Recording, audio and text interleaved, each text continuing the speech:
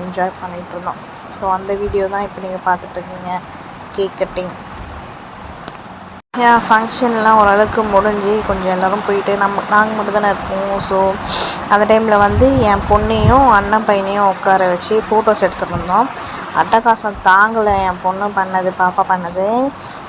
வீட்லேயும் இதே திங்ஸ் இருக்குது, ஆனால் அதிலலாம் கண்டுக்கவே மாட்டாங்க மேடம். ஆனால் இங்கே வந்தோடனே எல்லாத்தையும் எடுத்து போட்டு அந்த சேரை விடவே இல்லை. அதில் உட்காந்து சரி இப்படியே ஃபோட்டோ எடுக்கணான்னு சொல்லிட்டு ஃபோட்டோ ஆடணும் சொல்லிட்டு இருந்தோம். அண்டு ஃபைனலாக அதுக்கப்புறம் வீட்டுக்கு வந்தாச்சு, சாப்பிடலாம்.